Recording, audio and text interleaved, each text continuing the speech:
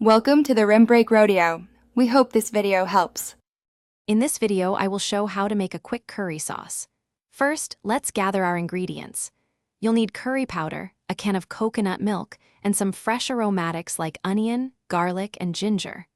Also, prepare your chosen protein and vegetables by chopping them into uniform, bite-sized pieces.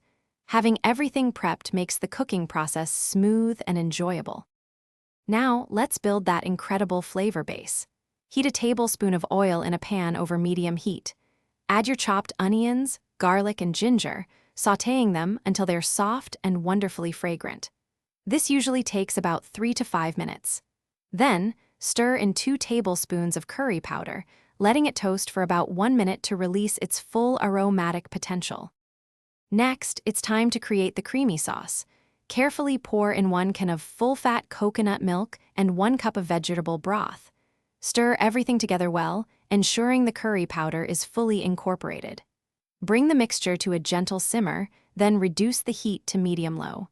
Let it cook for about 5 to 7 minutes, allowing the sauce to thicken slightly. Finally, let's bring it all together.